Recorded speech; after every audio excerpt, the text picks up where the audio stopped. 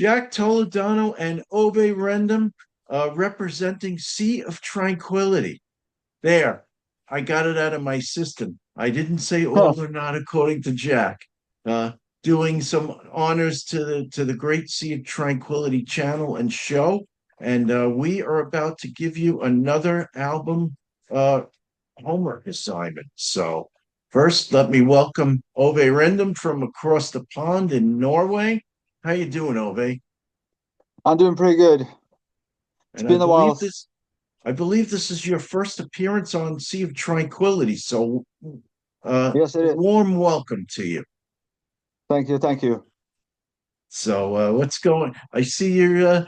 I just asked a question to Pete about the other day when Pete and Rich and I talked about the Dream Theater concert. I'm like, what happened to that fuzz that you had on your face? And he's like, I got rid of it. Made me look like an old man. So, Huh. what's your excuse, Ove? The top forest is getting kind of thin, so I think to adjust it a little bit with something else where I won't lose Okay. it. Oh, that's cool. So those of you who So like don't know, uh, so in a way, I for was me, it makes me feel younger because I won't lose the hair. and it's red, yeah. But those of you who don't know, Ove has made many appearances on my show, All or Not, according to Jack.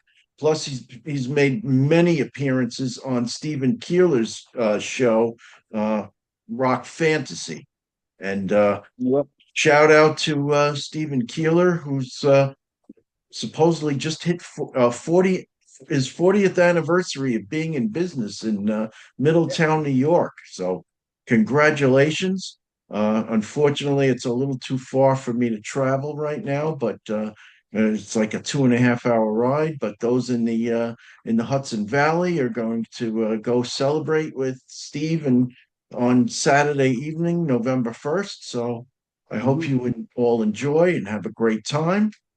Okay, so on to our topic. So Ove approached me about a week or so ago asking if he could do an album homework assignment with me because he saw me do one with Count Ralphus, and so I in turn asked Pete Pardo if it was okay if I brought somebody that was not normally in the Sea of Tranquility circle into the homework assignment. And Pete, good sport that he is, he said, "Yeah, no problem.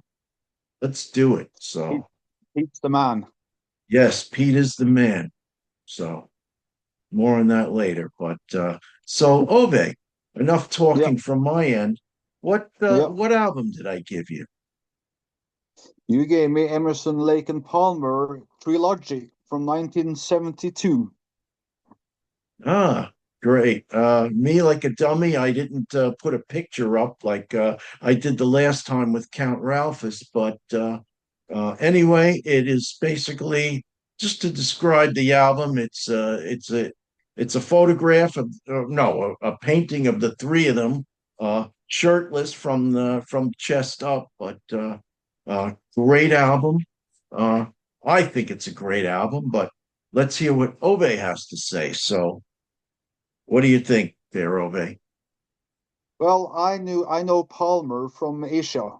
That's how I knew Palmer. So I know him from before, even though he doesn't play the way he does in Asia, in Emerson, Lake and Palmer, of course. It's quite different band, but still, I have like that's the only connection I had with Emerson, Lake and Palmer before, If except any, oh, I've there we heard. go. You got the Yes. backwards view on my phone on my iPhone. So that's what the album looks like. So So I've of course heard the name mentioned by Pete many times on the channel. I've heard Keeler talk about them before, so I know how big they are. But they are in a prog rock, and I'm kind of should I say not too well versed in prog rock. I know I've heard a lot of it, but it's not something I have a vast amount of in my collection. So it was a really interesting, maybe most difficult assignment I've had since I've started with this well, streaming that's stuff. the beauty What? of the show. It's the idea is to take people out of their comfort zone and and give them something that they don't normally listen to. So like my first time, Pete paired me with Anthony Ferraro, and he's a Prague guy. So he gave me something that I don't recall the album, but it was a more obscure band at the time, and it was very good. I liked it, but it's something that I don't normally listen to.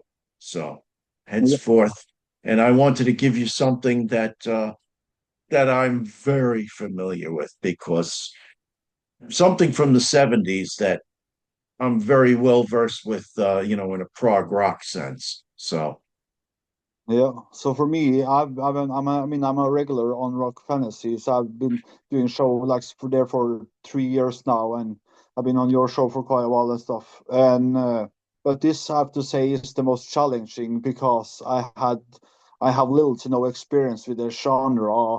I've heard prog, but it's not something I'm good at. So it was the most challenging assignment I've had so far. I just want to put that out. And I think I've listened to the album like 25 to 30 times since you gave me the no assignment way. because Wow. yeah, yeah, because it's the first 3 4 times I listened to it, it just for me it was just pieces of like how good we are at playing our instruments, and it's like and then the next thing comes around, and that's like because my experience with Prague is usually they build up to a good moment, and when the good moment comes, no, then we change and do something else. So we have to start to build up, so they never get to the good parts. That's been my experience up to this. But this album, when I started to listen to it 5 or 6 times, you start to recognize parts. And then when you memorize those parts, you can start to focus on different parts. And then Right. suddenly, say when I was on my 12th or like 15th listen to it, I started to the album and it suddenly was over Right. because I recognized so many parts. So I knew where I was at the whole time. So then it was like, I gotta listen to this again because it's like it went over like a blink of an Yeah. eye. Back So then, that was the albums were only about 40. This one's about 42 minutes. But yeah. had you ever heard any of the songs on this album before? I never heard the band at all. Okay, so that's a good thing because at least one or two songs had regular spins on American radio. But after you talk about it, I'll tell you which song that was, Yeah, which two I made songs. some. Yeah, I made some notes here because it's quite a. How should I put it? It may be a more excessive prog album. It's not probably the hardcore prog thing that only prog people like. It's more our general public can like it too. But still, for me, it's quite proggy. So I have to start with the first song, "The Endless Enigma" Part One, which I gave 5 out of 5 because it starts like when it starts, it feels like you're in a sci-fi movie from say from the 50s 60s. It's got really cool like synth or something electronic. I don't know all this electronic stuff they use, but it's like really cool. So it's like a journey. And I also commented that it got really good groove when it starts going around 30 or 40 seconds. And great vocals, really cool. I really like his vocals, so it's probably that Greg song is Lake, probably my yeah. third. Yeah, it's probably my third favorite song on the album. Oh, okay. Yeah, and is it Fuji? The second one. A fugue, I believe it's pronounced. Yeah, Yeah, fugue. okay. Yeah, I gave that 4 out of 5. It's kind of like an intermission part, like right, you're on a mission and something goes wrong, and it builds up attention, and then we go to the third part, which is the second part of the Endless Enigma, which like it's kind of like a release. It's kind of like the end of the journey. It's like things have we have right, managed to get through, and everything is good. It ends on a good note. So right. that was a really good one. And then we have From the Beginning, which is a beautiful, beautiful song. I have to say, this is.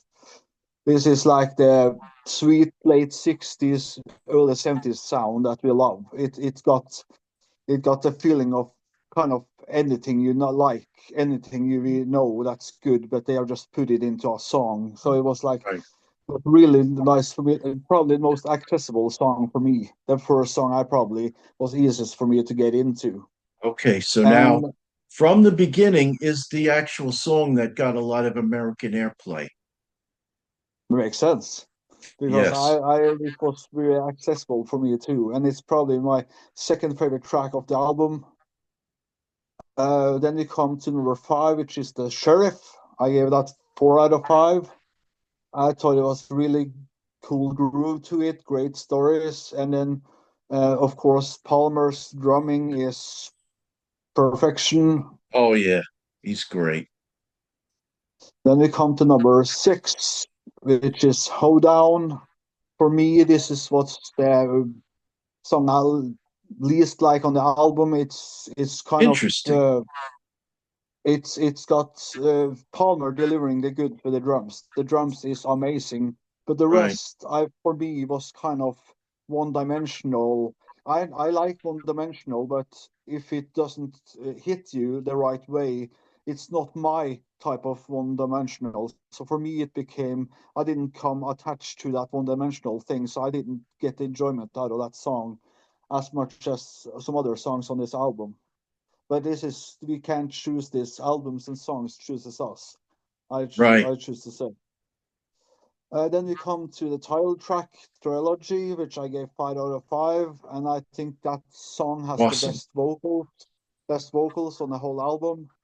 The best he sings the best, and um, and the synthesizers are just divine. Yeah, I I mean, think Keith the Emerson whole really, production there really is shines on this album. Yeah, yeah. The whole thing it was just it's just divine. I couldn't find a better word for everything put together. And of course Palmer is delivering the goods behind those synths and everything. So that really song it's I know it's 7 or 8 minutes, but it feels like it too. Then we come to number 8, which is Living Sin. Palmer's Shining Hour. It's the only credit he has on the album, I believe, as a writer. right. uh, I gave that song 4 out of 5. I For me the Hammond organ was um, a bit too far out in the mix for me to my liking. It was a little too strong. But the synthesizer outro at the end was really amazing. It really lifted up the song for me because that end is kind of like you go into the universe again. So for me, it's this album is kind of has a spacey kind of universal theme, like out in space, kind of futuristic in a way. Then we Right. come to Abaddon's Bolero, the final track number 9, which I gave 5 out of 5, which is the favorite song of the album. Nice. Yeah. Yes, because he got Palmer's militant drumming going up and building and building. And we got that the fanfare synthesizer that lays on top of those military drums like marching drums, which build ups, and the build up is so great. And the best part is like the finale, the 2 last minutes of the album. It's the best thing of the whole album for me. I mean, they end that album on the top shelf. It's so good. It everything comes together so perfectly at that end. So that's my favorite track of the album. Okay. That's great. Great to know. So thank you. Actually, what, so if you took an average of all your ratings, what did you get? Did you do that? Well, I have, let's look here. I have 5, 5, 4, 5, 5, 5, 5, 5, 4, 5, 3, 5, 5, 4, 5, 5, 5. So I think you'll get up to 475. Actually, you know what? If you dictate those to me, I'm going to do a quick average. So what do you have? I got 5, 4, 5. Four or 4.5? 4 or 5. 4 out of 5. Oh, okay. Four. Okay. And Number third. three is number three is 5 out of 5. Yep. Fourth is the Next. same. Okay. Sheriff is 4 out of 5. Right. Hold down is 3 out of 5. Right. Trilogy is 5 out of 5. Right. Living Sin is 4 out of 5. Right. And Abaddon is 5 out of 5. So I think I'd spot 480, 475. Okay. So we're going to do a quick average right here. So that Yeah. puts you at 4.4. So just a little under a 4.5, Okay. which is a very good rating. So It's my before first prog rock album that I really listened to. So before we it's get a very good into start. my album, what I did was I've been using AI a lot, even to Mhm. help me come up with ideas and give me some information for this program. But That's and what no, it's this for. is not AI. This is really me speaking. Uh, so I asked it about so what I asked it what it would consider a 4 out of 5 or a 4.25 out of 5 because I go in quarter increments. So Okay. first of all, 5 out of 5 is a masterpiece. Hmm. 4.5 to 4.9 is excellent. A standout album with only minor flaws. 4.245, very strong, consistently good with moments of brilliance. 4.0, solid, a good album with clear strengths. So Hmm. yours is between that 4.5 and the 4.25. So it's a very good rating. Yeah, well, I because I've listened so much to it, I really got to know the album, and then I think this is type of album or band I think that you gotta listen to more than 5 times before you can say anything. Because I guarantee you, if I listen to the album again now, I can hear things I haven't heard before, Okay, like good. small things that So, Palmer does, or small thing that Lake does, or something that Emerson does. It's like because they do so many things together, so you're bound to miss something when you listen to the album because it's quite well put together. all right, cool. So, last question. Would you buy it? Yeah, I think I would. I think I would. I've been actually looking it up, and I can get a 2 disc version where I can get early mixes and early versions Nice. and some live tracks Very cool. from it for a reasonable price. So yeah, definitely. All right, very cool. So glad we did this. So on to mine. And Hmm. also, I have to commend you, Ove, because when I listen to an album for the first time, that's how I do it. I give it a rating scale, each song from 1 to 5, but I go in quarter increments, so I can give a song partial credit. So if Yep. I don't want to give it a 5, but it's very close, I can give it a 4.5 or a 4.75. But you'll see Yep. that as we go through. So Yeah. I can talk a little about the album I gave you. It's an album that I bought it back in 94 or 95 because of the artwork, because I thought it was so cool. And the vocalist came from our previous band that I really liked. So I listened to this album, and this album is probably one of, I say, top 10 albums or top 5 albums I've listened to most through my whole life. It's a very dear album to me, so that's the reason why I want to give it to you, because it's close to my heart. So we both have like an album that means a lot to each other. So it was like on purpose, but it worked out that way. I think that's great.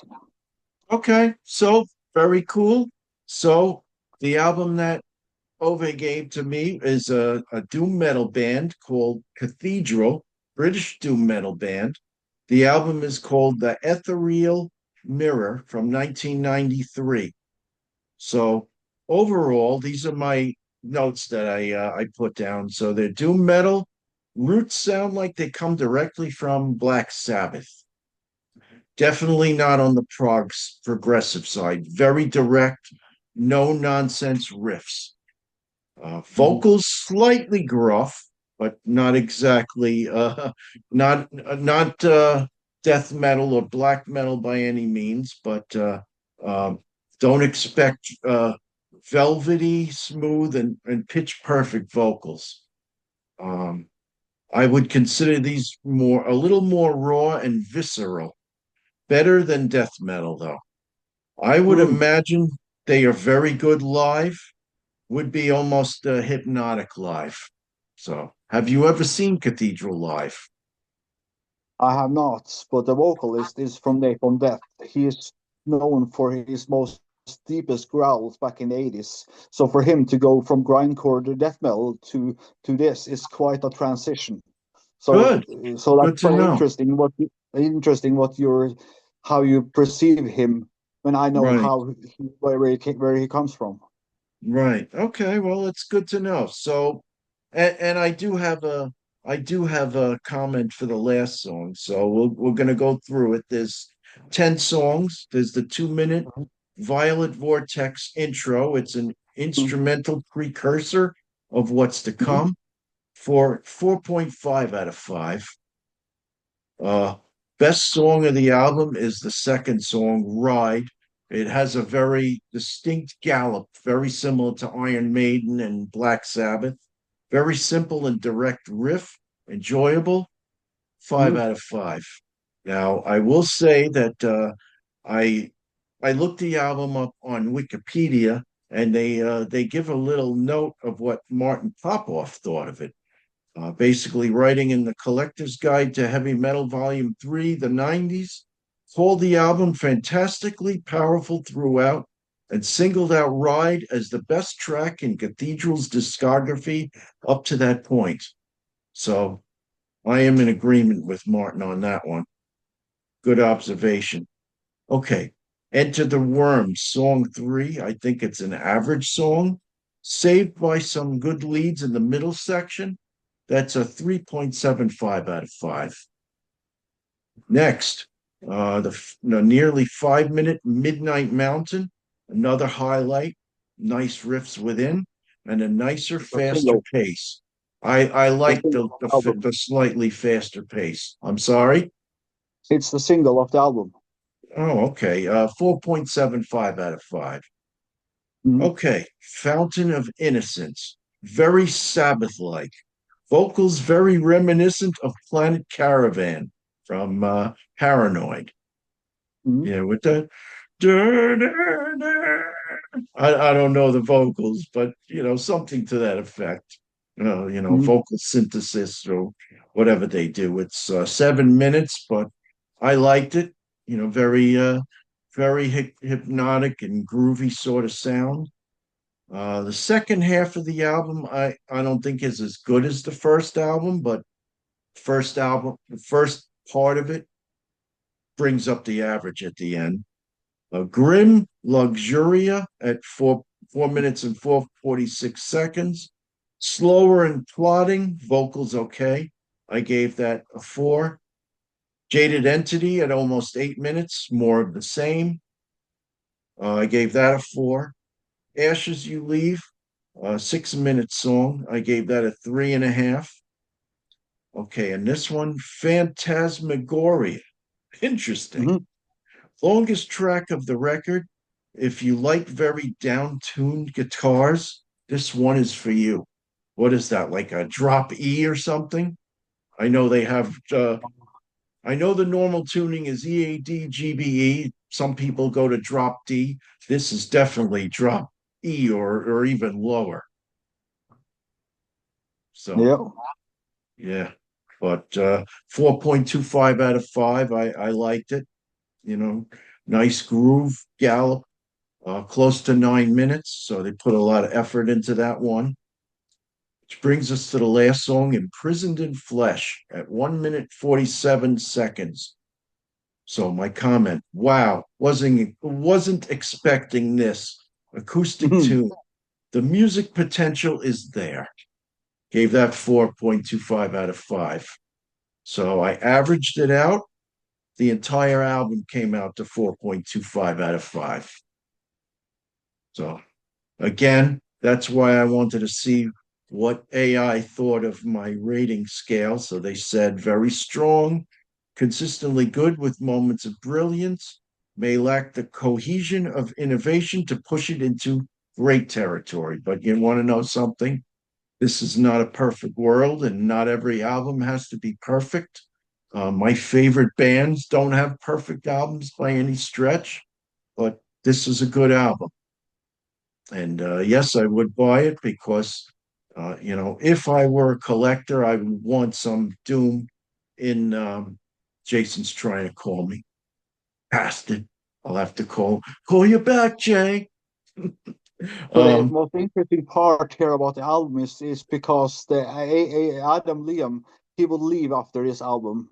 So I oh, believe really? there's a conflict of vision in this album because Enter the Worm is Adam Liam's song and the Oh, Heather okay. song is Gary Jennings' songs Right, because Adam Liam he's more Deep Purple fan and Gary Jennings, the other guitar player, he's a Sabbath fan or Death right. Penalty and Doom. So Well, it may be a blessing and maybe a curse, but there's a friction there.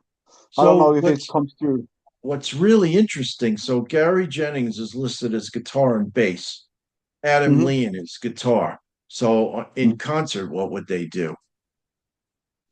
They would have a session basis, I believe. I Oh, know okay. Pete. I know Pete saw them live in 92, 93, or 95. So Pete have seen them live around that time. I think. I believe he has said. Mhm. Okay. And the drummer that's on the picture on the back of the album to Mark is not. He also exits after this album. So they Oh, get okay. new bass player and new drummer for the next album, which is the third album, The Carnival Bizarre, which has a guest appearance from Tony Iommi. Okay. Nice. So the vocalist, Lee Dorian, and Mhm. that's a very fitting name for those who know their guitar scales with the Dorian mode. But is he still with the band? Oh, Cathedral is doesn't exist anymore. They put down their guns a few years back, but they released just are gonna release now a song from the last Spire, which was in 2012. They did like a finishing tour, like they played the whole first album live and something and some best of and two different CDs, but they had a song that lasts for 30 minutes that they recorded for the last album they had forgotten about, which become like a EP now. That's a 30-minute song. So that's the last they have released so far this year.